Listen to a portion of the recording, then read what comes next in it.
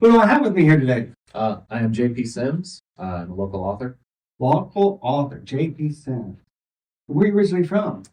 So I was born in Georgia, moved to Texas when I was very little, and then we moved here from Euless, Texas in 1991.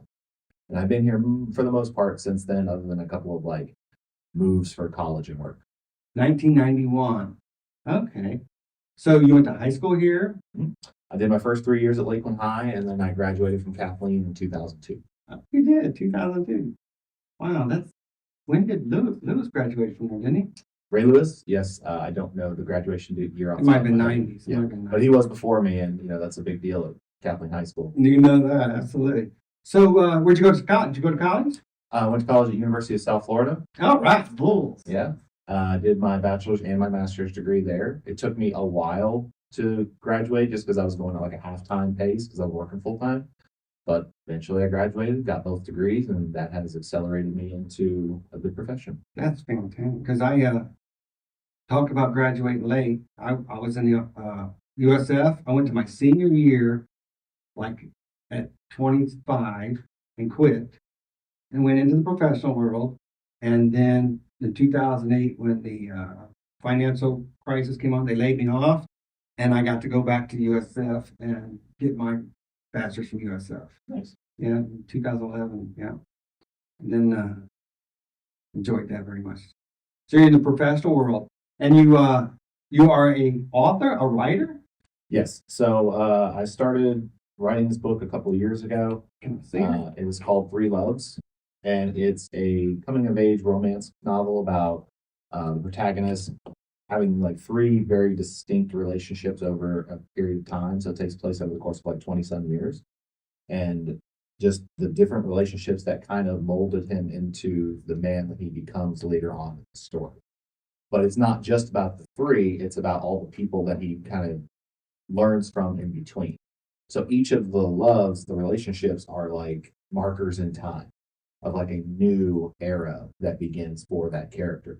And then you learn about characters as he moves along and realizes like, oh, okay, so these are people that I'm actually learning life lessons from. Oh, And so I call it more of a coming of age novel more than a romance novel because there is romance involved, but there's also a lot of comedy. There's some action in there. There's some drama, but mostly it's just the story of like a young man who's growing through different periods of time and learning valuable life lessons. so from the professional world to writing, what made you decide to go into authoring? So I've actually been writing since I was about 16. When I was a teenager, I took a class at Lakeland High School. It was a creative writing course. And I'd always wanted to I was always really good at telling stories. And when I took this course, one of the exercises was just make a story on the spot. Like just come up with a Use your story off the top of your head. imagination. It was a one-page story, and I loved doing it so much that I was like, well, I'm going to keep doing it. So I actually went home and started writing poetry, short stories, long stories. Like just I would whenever I was bored, because we didn't have smartphones and stuff back then. So it was I remember. even the internet was dial-up. So Yeah. couldn't be on the internet very Eon, much. eon, eon. Exactly. So whenever I had free time, I would take notebooks and journals and just write any idea that came into my head. And that just continued until I got to college. And when I was at USF, I took a course there. It was another creative writing course. And the professor at the time said, well, go ahead and come up with a short story. He wanted it to be like 30 pages. So it was a daunting task at the time, but it was like one of our final projects. So I came up with this like love story, and it was a romantic story. And he even said, he's like, well, it's very odd that a man would choose to write a romance story. And it's like, well, I'm kind of a gooey romantic at heart. We all got inside of us. Right. And so I wrote this like 30-page story, and he straight up told me, he goes, JP, you wrote a really great story. He goes, this is something you could actually turn into like a real novel. So I always kind of kept that in the back of my head, but then, life gets in the way and you graduate college and you start your career and you get married and you have kids. And it's just one thing after another. I always loved writing in the back of my head, and I always wrote down any ideas that I came up with. I wrote down any poems that ever came to mind. So like at my house, I have all these like notebooks and journals that have all You kept it all? ideas. Yeah. Oh, that's awesome. So, and actually I have a funny story because one of the first ones that I ever got was actually given to me by one of the characters I based on in the book. So she had given me this as a gift, and it was like one of the first times I ever had a journal in my hands that I could actually write my ideas in, other than just like scratch notepads. And so then that just kind of snowballed over the years of having all these ideas written down. And then in 2023, I was 38, about to be 39 years old. I'm 41 now. And it hit me like, I've been putting this off for a long time. Like It's always in the back of your head, roll. Yeah, it's that one of the things I've always wanted to do. Like it was a life goal. I wanted to publish a novel. Had all these ideas written down, had all these details written down, all these memories. And then in 2023, my father passed away. And so it kind of prompted me to like, it kicked me in the butt and said, hey, this is something that you need to get on if it's something you really want to do. And so during that period of time when I was grieving his loss, I went back and just looked through all of these different pictures and notebooks and things, just trying to kind of gather memories of my time with him. And in doing so, I came upon all these pictures and all these just memories of times from high school and college and adulthood and being a father and being a son and being a brother. You know, you have all these different connections in life that oftentimes fade into the background because of life. We move forward in life and we just move on from Put on the people. back burner. Yeah, we put things on the back burner, whether it's passions or people or memories. And it sucks, but it's just part of growing up. That's exactly right. And so in doing all of that, that's where I came upon this notebook that I had written. And again, that's one of the things that prompted me was I came upon this green journal that my friend Amber gave me as a gift in high school when I was 16 years old. And it was the first journal I ever got that I started writing ideas in. In fact, I wrote her a poem out of that journal, tore the page out, gave it to her. Still has it to this day. You still in contact with her? Yeah, she's still one of my really good friends. Okay. We talk to each other on a semi-regular basis when we can, because obviously life is busy. We're both parents, we're both spouses, and so when we talk, it's really nice catching up. But she still has like this poem that I gave her from 25 years ago, and she was joking with me when the book came out. She's like, "Hey, I'm going to try and find this poem again. That way, I can have you sign it, and then hopefully it'll be worth something someday." I was like, "Well, if not for sentimental value, just hold on to it for that." But again, I went through all these notebooks, and I realized like over all these years, I've been writing out my thoughts. I've been writing out anytime something significant would happen to me, I would go back and write it down. Almost like a diary. Yeah. And so then after my dad passed, I went back and I was looking at all these pictures, I was looking at all these notebooks, and I was like, there's a story in here somewhere. So this novel it's not a memoir. It's a very fictionalized retelling of like some moments that I had throughout my youth, whether it was in Texas, in Lakeland, in Tampa when I was at USF, just things like that. And that's what prompted me to want to do the story was when my father passed, he kicked me in the butt and said, if you're going to do this, do it. And it took me, like I said, about 2 years to actually write it.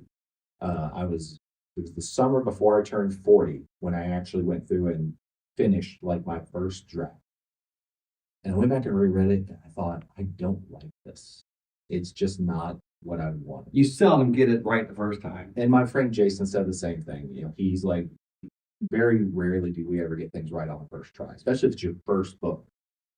You have all these ideas in your head, you write it down, and then as you're progressing and actually writing the words on paper, you finish it, and then you go back and read it. Like, I don't like that at all. So I went back and I just started almost from scratch. You did? Wow. I kept the core concept of like the protagonist with these three defining relationships, but the significance of each of the relationships changed from the first draft to the final. So there was like 4 or 5 drafts in between of me thinking, okay, it's done. And then I would submit it to somebody and say, hey, can you look at this and read it? Like my friend James White was the first person who ever actually read the first draft of the book. And he gave me so many corrections. He's like, JP, you got to fix this. You got to fix this. This makes no sense. Constructive criticism. Oh, yeah. He's an artist himself. He's the one who did the cover art for the book. And I'm infinitely appreciative of his efforts. And he's very supportive and he's very intelligent. But he is a true blue artist. And he's like, JP, I read all the time. This is all the stuff that needs to change. It was probably like a good 25% of the book Is this part of the 2 years? Yeah. Okay. So this is all like taking place over this like 2 year period of time. And then, like I said, about summer of 2024, I was turning 40. And that was when I kind of hit the moment in the wall where I'm like, okay, it's done, but is it ready to be published? So I kind of put it on the back burner, not because I was afraid of it putting it out there in the world, just because I wasn't 100% happy with it. I needed others' opinions on it. Be like, I need fresh eyes on it, essentially. Okay. So I had made all the corrections that James wanted me to make. And then I gave it to my wife, Monica, to read because I was like, she's one of the people that the character is based on. I wanted her opinion on it. And she just was, and she'd tell you this, she's in the room. She was terrified to read it because she's like, oh my God, what is he putting in this book about me? Because she's a very private person. And that's perfectly fine. But every single story that I told in there, again, it's fiction and it's not true to life. So, just for example, if like my prom isn't part of it, so like my actual senior prom is part of the story, a lot of it is changed from what actually happened. Again, because it's a fictional Loosely. Right. I used the prom as a foundation for the story setting, but the events that unfold were nowhere near what actually happens in reality. So a lot of my friends have read this book and they're just like, oh my God, JP, did this actually happen? The majority of it did not happen. And even sometimes I'll get comments like, well, that's not how I remember it. Well, yeah, of course that's not how you remember it. It's like, I remember how it actually happened, but it made more sense for the flow of a narrative, or it made more sense for the sake of just keeping everything tight, of changing these things enough to where it's fiction. And again, I've had a lot of people be like, is this like a hidden memoir? No, it's not. But you're good. When people are seeing it as something that really happened, they missed it or something like that, you're doing good. My best friend Seth, who I based the character Brad on in the book, he and I have been friends since we were second grade. So like I moved here from Texas in 1991, started second grade at Southwest Elementary, and he and I and our other friend Chad became like best friends. And the three of us were best friends all the way through elementary school. And then you move on to middle school and you move on to high school, and we're still friends to this day. Like Seth is a great chemical engineer, and Chad is a pilot with the Air Force. Like he actually flew over the Super Bowl one time. Oh wow! Like we're all doing phenomenally well for ourselves. But a lot of that is because of the love and support that we have all given each other. Dude, that's awesome. I'm still friends with a lot of people I grew up with because of the fact that Lakeland is still kind of a small town community, and so we're all still kind of interconnected. But again, that's what kind of drove me to want to write a book, because I'd always wanted to write a book. And I had so many good stories tucked away in here of like my own experience. And at home in the book. And at home. And I'm just like, okay, so if I took this and tweaked that and changed this and took these people and combined them into, other characters. So nobody in there necessarily is like a one-to-one. They're inspired characters. Like I just said, my best friend Seth is the character Brad in the book is based on him. And he'll go back and read and go, this is like 90% real. And I go, it's really not. I go, because I know how a lot of those things turned out. Because again, I've written about it over the years. I have like notebooks and journals of specifically like, well, this happened today. And even though our memories aren't concrete, they're not 100%. You even take that and I go, okay, well, I'm not going to write it like that because that's how it happened. So let's go back and just change it entirely to make it a fictional story, but it's still entertaining and it still resonates with a lot of people. Because the number one comment I have gotten from people, other than asking the question, is this based on real life, is I saw a lot of myself in that story. If you've ever come upon the first person you ever fell in love with, or you have that moment at a bar where you see someone across it and you're like, that person right there. Those are moments we all can resonate with. We all have those moments of like being instantly attracted to somebody. Yeah. And that's what I mean. Like same thing happened to me. And with the character, it happens 3 times, but they all represent significant benchmarks in his own life experience and his development. So there's like periods of time where it significantly talks about each of these main characters, and then there's like a time jump, and then it goes into like the next phase, and then there's like a little time jump, and then it goes into like the next phase. So you're talking about like high school, college, adult life. Sounds like it could become a nice little movie too. And it could. There's definitely a cinematic aspect to it. few of the people I've talked to said you could easily turn that into like a screenplay because it flows so well. And there's almost no filler in it. I mean, you see it's only like 240 pages. There's no extra chapters in there just to like pad the runtime necessarily. Out there before we spoke, you mentioned that some of this is in Lakeland. Yeah, so a lot of the story does take place in Lakeland in the 2000s. So there are representations of like Old Merchants Walk in South Lakeland. There's scenes at Palace Pizza or Molly's and Munn Park. And I mean, there's just different locations that are represented throughout the book because as the character's growing up, you're kind of seeing the city change around him as he's exploring the city of things that no longer exist. Like the old movie theater that was the Merchants Walk. You know, Yeah. that's no longer there. That's the Hobby Lobby now. Yep. But there used to be an AMC movie theater there. And those are just the things that you see in the book that you go, well, yeah. So if you lived here in Lakeland, you'll recognize a lot of the nostalgia of what the city was and what it becomes over time. And like I said, other parts of the story take place in Tampa or in Texas or things like that because the character bounces around quite a bit during different periods of the story. But the majority of it takes place here in Lakeland. Well, that is fantastic. And it's called Three Loves. Yes. Is there a possibility? Is it going to be a second one behind us or? No. So one of my neighbors actually asked me that question. She goes, so when's the sequel to this come out? I said, well, there wouldn't really be a sequel because if there's a sequel, then I have to come up with new relationships, and I don't think my wife would appreciate it. Not the fast running going away. It's teenagers in early 20s. Yeah, fast paced anyway. But the writing of the novel just became something that I really loved doing, and it reignited this love of doing something I'd loved doing since I was a teenager. And thankfully, when I finished writing it, I was, let's see, it was May of 2025. I had went back and done like a full rewrite, especially in the middle part of the book. And I finally had it to a point where I felt really good about it. I did a full reread of it. I thought it flowed really well. I was very happy with it. And my friend James, the one who read it before, he goes, art is never truly finished. It's just abandoned. That's something that I guess Leonardo da Vinci said at one point. And he goes, so if you're really dead set on getting this thing published, you just got to start putting it out there. You got to supply and try sometimes. So I submitted, there was like 10 different publishers that I remember emailing. And you're supposed to take like the first 5 chapters of the book and send it to them. Well, I heard back from almost all of them within a month or two, and they were just kind of like, well, this isn't really what we're looking for. It's not really kind of what we're aiming towards. And so, okay. But then my friend Jason, another Lakeland native, started his own publishing company called Black Spiral Press. And Jason has been an established author for over 20 years. He's from Lakeland. We've known each other since we were kids in high school. And we had a lot of mutual friends. And we've just known each other for a long time. And I've always enjoyed his novels. He's got 4 or 5 of them. And they're all horror type novels. So if you like horror novels, he's definitely one to check out. But he's been an established author for a long time. So I valued and respected his opinion.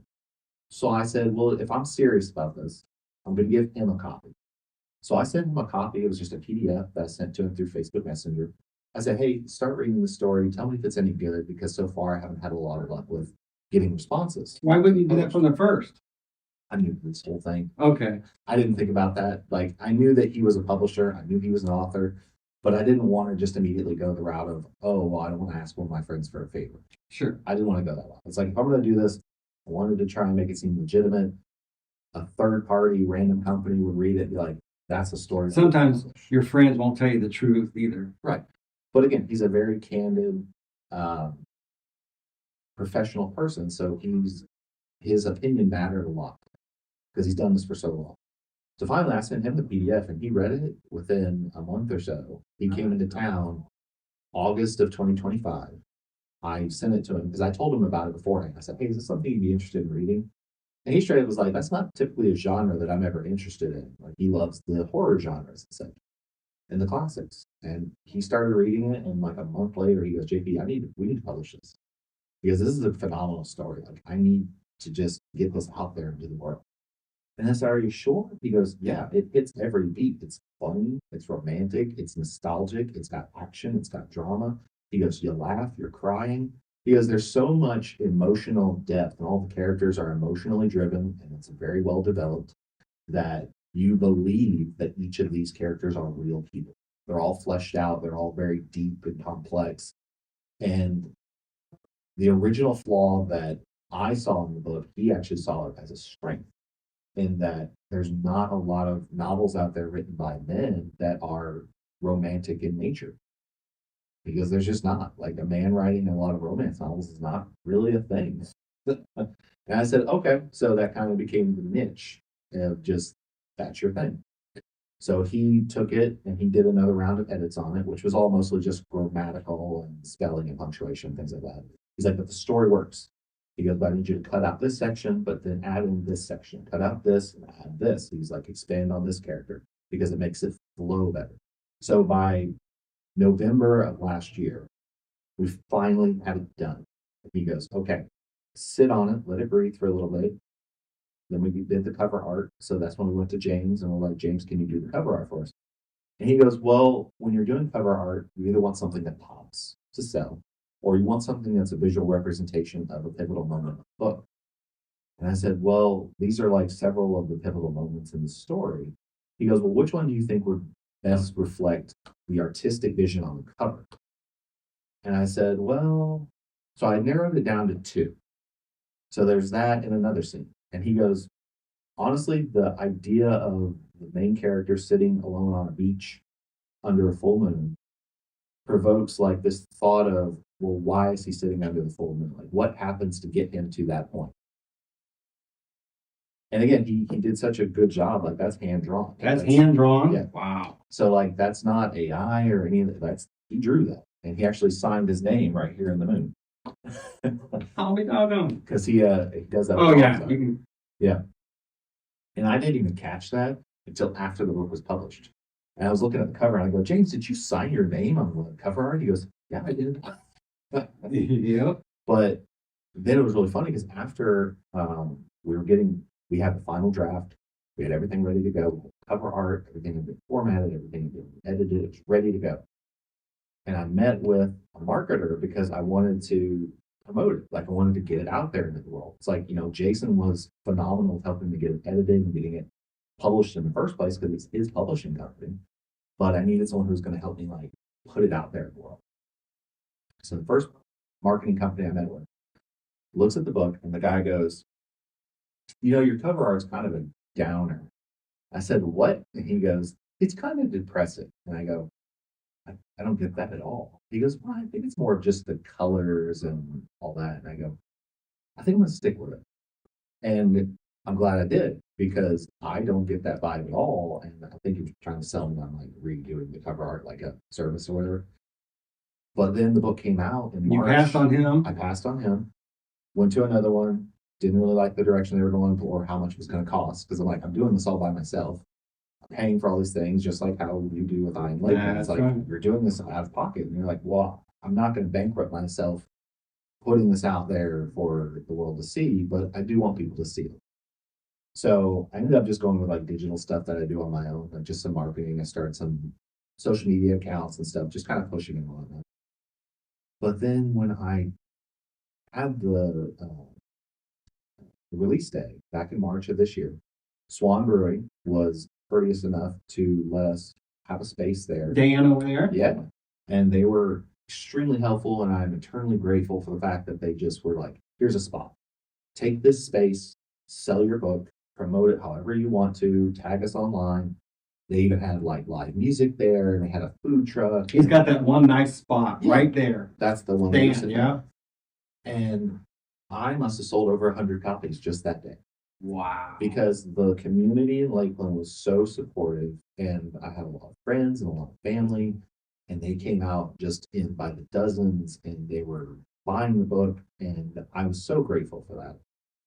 And then after the release was when you started seeing all of a sudden stuff was appearing online and it just started to kept spiking, it kept going. I was like, okay, well, like reviews, sales. It's only been out since March of this year, and as a first-time indie writer, I'm not well established. I'm not with a big corporation as a publisher, I've currently sold over 400 copies already. It's been a little over 3 months, and it's still sitting at like a 4.9 star review rating on Amazon. Dude, And it's sitting at a 5-star rating on Barnes and Noble and Books a Million. And it's just doing really well. I'm very proud of the work that we put into it. And I love the fact that my friends and family have been so supportive and helping me get to this point.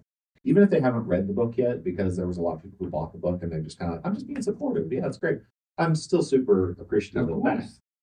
But again, now it's kind of reignited this love of something I've loved doing since I was a teenager. And so now I still do it on a regular basis. So like at night after my wife and kids go to bed, I'll stay up and put out new stories. So maybe not just a continuance of this one, but could there be another one in the future? So Just totally different on something. So I actually finished the second book already. And it's actually based on that short story I told you about from college. So I wrote that 30-page short story in college that my professor said was really well written. So what I did was essentially I just took that short story and I found spots I could like hack it up into different sections and then fleshed it out. So that whole story, and my friend Jason, he goes, how did you finish this so quickly? And I said, well, to be fair, I worked on it a lot in between working on this, and I already had the core chunk of the story written from 20 years ago. And I just went back and chopped it up and then put it into different sections and changed the names, changed the locations, changed the details, and then had them progress in like a different story direction. Because the original ending of that story is completely different from the way the new novel is, because I thought I didn't really want to keep it exactly the same as I'd written it 20 years ago. But it is funny how I went back and read something I wrote 20 years ago in college, and the voice of the characters was still very much the same as the one I have now. I thought, okay, that's interesting that I still sound the same when I'm doing my writing as I did 20 years ago. I don't know if that's a plus or a minus. Personality, that's you. And my wife would tell you that my biggest strength with my storytelling is creating emotionally driven characters that feel real. And that's the thing that I'm really proud of with this book. I'm proud of it with the next book, and I'm currently working on my third book now. Do you have a title to that second one that you can share? It's not an official title. I just call it Muse because it's about musicians. Okay. But it's not a finished It's tough title. on, yeah. And the same thing with the one I'm working on right now. The running title I'm going with is Dark Star, and that's because it's a superhero origin story. Okay. But again, that could change as Sure. you're going along. But those are just the working titles that I have right now. One more quick question. When you gave it to your friend, and he's a professor, I think Jason, when he came back to you and he said, I need to change this, I need to change this, that feeling that you had had, I said, you were happy with it the way it was, and then someone else came in and changed it. How did that hit you? Like, it didn't change the logic of the story, didn't change anything? No, I mean, because if your heart's in it on one way, and then someone says, dude, I'm a professional, I can do better, make it better, that kind of hits you a little bit like, ooh. No, I was actually pretty surprised myself by the fact that I didn't really take much of a hit when it came to his corrections, because again, I respected his input. So it'd be like a college professor coming back and telling you, hey, I'm telling you this for constructive purposes. Like, I've seen this, I've been down this road, I know how this goes. Trust me when I tell you that this is the Okay, better that makes direction perfect to go. sense. And so I did. I took all of his suggestions and I reworked the book, because originally the book was over 100,000 words. And he's like, you need to trim it. He's like, make it about 80,000 words. So I got it down to 84,000. And I go at that point, I go, I can't cut it anymore, because if I cut it anymore, you're going to lose the flow of the story. He went back and reread it. He goes, perfect. He's like, all the corrections that you made, perfect. Like all the character changes, again, I took characters and like combined them into multiple people. So instead of having like 5 people represented, there's one character that's like, technically it's 5 different people that you interacted with in real life. But you just shrunk them down to one person to make it easier to follow the story. Because Monica read one of the earlier drafts of my story finally, and she goes, there's too many characters. Yeah. I said, yeah, I get that. So then you just start shrinking them down and making it so there's less people to keep track of while you're reading. That is fantastic. It's nice to see somebody local who has a talent. You know, we don't usually know everybody that's authors in our town, and to know that we're surrounded with talent, we just got to bring them out. We got some bookstores around here. You go and you look for local sometimes. That's fantastic. Yeah, and I was fortunate enough that we originally published the story through Amazon. So like the Kindle version is still on there. There's a paperback and a hardcover, but I wanted for bigger distribution. Because remember, like I said, I wanted to do a lot of marketing myself. So I just looked it up. I'm like, well, how can I get these books into other bookstores? So I joined this other service, Ingram, which is the distributor for Barnes and Noble and Books a Million. So in joining Ingram, that was how I got those books into their distribution networks. And then I called the Barnes and Noble over here at Merchants Walk, spoke to the store manager, and I said, "Hey, are you guys doing any kind of like local author events? Like, do you have local authors that come in and like do readings or signings or anything like that?" And the gentleman I spoke to, I apologize, I'm slipping on his name right now as I'm thinking about it, but he's super helpful. He's very excited. He was like, "Absolutely, let's do a local author event." So July 25th of this month, I'll be there. It's a Saturday. I'll be at the Barnes and Noble at Merchants Walk. July Yeah. 25th, 2026. 3 weeks from tomorrow. Okay. You're going to be at the Merchants Walks, Barnes and Noble? Yep. Yep. And signing? I'll do signings, and if they want me to do a reading, I'll do a reading. That's perfectly fine. But I've done several other events already around town. I did Mitchell's Coffee House. I was at Hillcrest Coffee, and I just recently did one at Road Coffee. And all three of those locations were very great to work with. They all were very helpful as far as just trying to get me comfortable and making sure that I'm seen. And a lot of that's based on foot traffic. So, like, if there's not people at that moment in time that are coming in and out, they're not going to see you. But then all of a sudden, it's like, well, okay, now you've got a big event coming up with Barnes and Noble. And then I was telling you before, I signed up for the event with Vampire Penguin to try and do their indie author thing.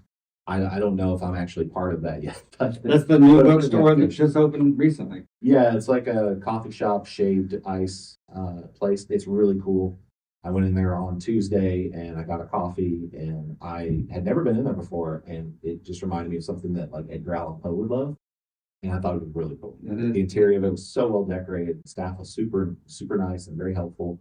So I'm looking forward to that if I do get chosen to be part of that. That's fine. I haven't made it over there yet. I knew that they opened. I just haven't made the run yet. Yeah, and I have a lot of friends that have been there and they loved it. And again, like my wife went over there just recently with one of her girlfriends and was like, "Yeah, this place is really cool." And so finally I went over there and checked it out. I go, "Yeah, this place is really nice. I like this." But again, I love supporting local businesses. Absolutely. So that's why I'm reaching out to all these like local coffee shops. Like Mitchell's is an establishment here in Lakeland. And so that was like the first one I reached out to after my opening day of my book. I was like, "Hey, can I do a book signing here?" Dan and Sandra. Yeah, and that one went really well. And then I went to Hillcrest Coffee, and then that one was okay. And then I went to Road Coffee, and that one was okay. And so that's how it happens, dude. That's how it happens. I've just been trying to work the circuit and get around and get exposure on my book.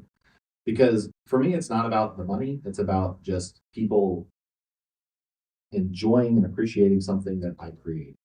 Right. And even if they read it and they don't like it, that's perfectly fine. I can accept that. Again, I've been mentally and emotionally prepared for this from my friend James from the get-go, saying, "Okay, if you're going to put this out there, you're going to have to expect that there's going to be a portion of people who don't like it." And he goes, "And you're just going to have to live with that." Yeah. Because again, he's been an artist for many, many years, and he's put out paintings and he's put out all these different types of art.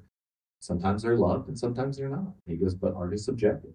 So nobody has ever put out a work that didn't have somebody that didn't like it. Yeah. I mean, even classic American authors have people that are like, "Well, I don't understand why this is so popular."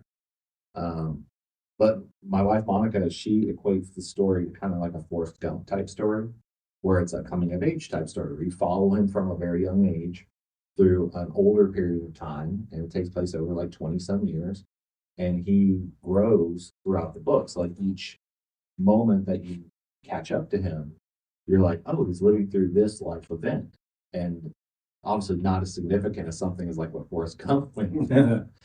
But that type of story where there's just like each chapter is a significant event that occurs in his life.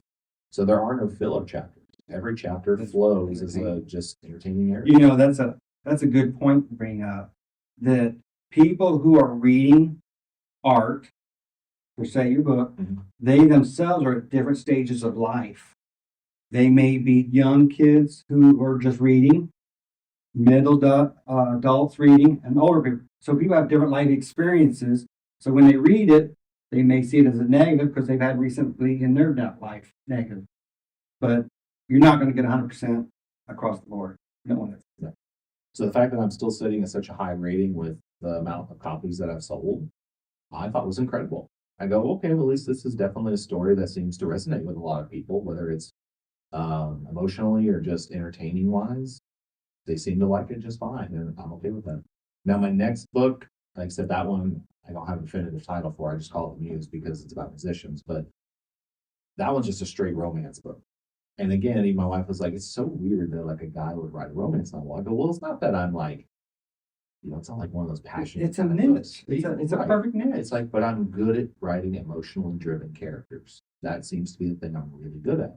So I'm gonna lean into that. Like, okay, well, if I'm good at this, let's see how I do with this. And again, I just took this story I wrote 20 some years ago, stretched it out into a full length novel. And I'm sure Jason, because it's in the editing phase right now, I'm sure Jason will go back and read it and go, yeah, you got to make all these changes. You got to cut all this. You got to add this, just like you did with this one.